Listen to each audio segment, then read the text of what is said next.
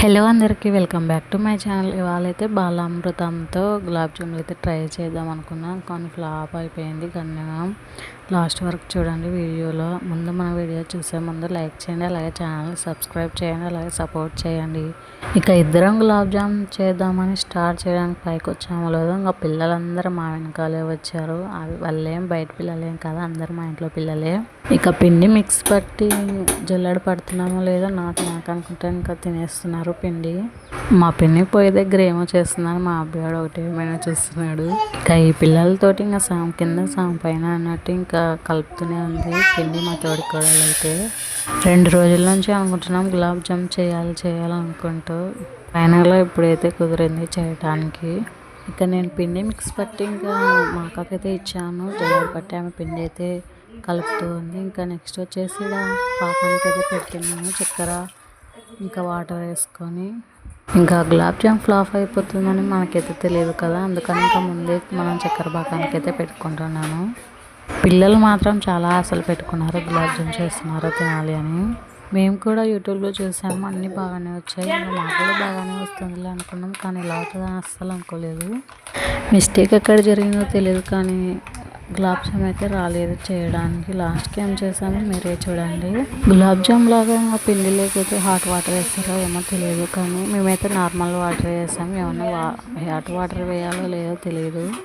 యూట్యూబ్లో వీడియో మాకు కూడా పూర్తిగా చూడలేదు సరిగ్గా. బాలామృతంతో గులాబ్ జామ్ చేశారని ఇంకా మేము కూడా చేసాము. ఇంకా స్టవ్ మీద గిన్నె పెట్టుకొని వాటర్ వేసుకొని ఇంకా షుగర్ అయితే వేస్తున్నాను. షుగర్ అయితే ఒక ప్యాకెట్ అయితే వేసాను, 1/2 kg షుగర్ వరకు వేసాను. ప్యాకెట్ అంటే రేషన్లో ఇచ్చే ప్యాకెట్లు వస్తాయి కదా, షుగర్ ప్యాకెట్లు అవి అయితే వేసాను. ఇంకా యాలకుల బుడ్డలు అయితే 4 వేసాను. ఇంకా బాగా మరలుతూ అదే కొద్దిగా అవుతుందిలే అని అయితే వేసాను. ఇంకో సైడ్ మా అక్క అయితే ఇంకా కలుపుతూ ఉంది పిండిని, ఇంకా పిల్లలకు తినిపించుకుంటూ సైడ్ ఏమో కలిపేస్తూ ఉంది.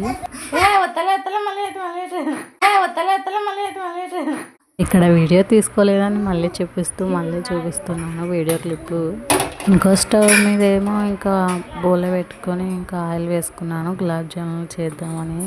ఇంకా నేను స్టవ్ మీద ఇంకా బోల పెట్టేసరికి ఇంకా ఆయిల్ వేస్తున్నానో లేదో, ఇంకా మా బావ కొడుకు అభి అయితే నూనెల్లో పోసేస్తున్నాను అయితే చెప్తున్నాడు. ఇంకా ఆయిల్ హీట్ ఎక్కడానికి అయితే ఇంకా అలాగే పెట్టేసాను. లాస్ట్ టైం ఒకసారి అయితే బ్రెడ్ తోటి అయితే గులాబ్ జామ్ ట్రై చేశాను, కానీ అదైతే బాగానే వచ్చింది. ఇది మాత్రం అస్సలు రాలేదు. నెక్స్ట్ టైం బ్రెడ్ ప్యాకెట్ అయితే గులాబ్ జామ్ ట్రై చేస్తాను, అదైతే పర్ఫెక్ట్గా వస్తుంది. ఒకసారి ట్రై చేశాను కాబట్టి ఇంకా మళ్ళీ ఒక స్టవ్ మీద అయితే ఇంకా మేము పాకం అయితే రెడీ చేస్తున్నాను. దండిగా గులాబ్ జాములు తినాలని ఇంకా ఆశకి ఎక్కువ కలిపేసుకున్నాం పిండి అయితే, అందుకే పాకం కూడా ఎక్కువనే వేసాను.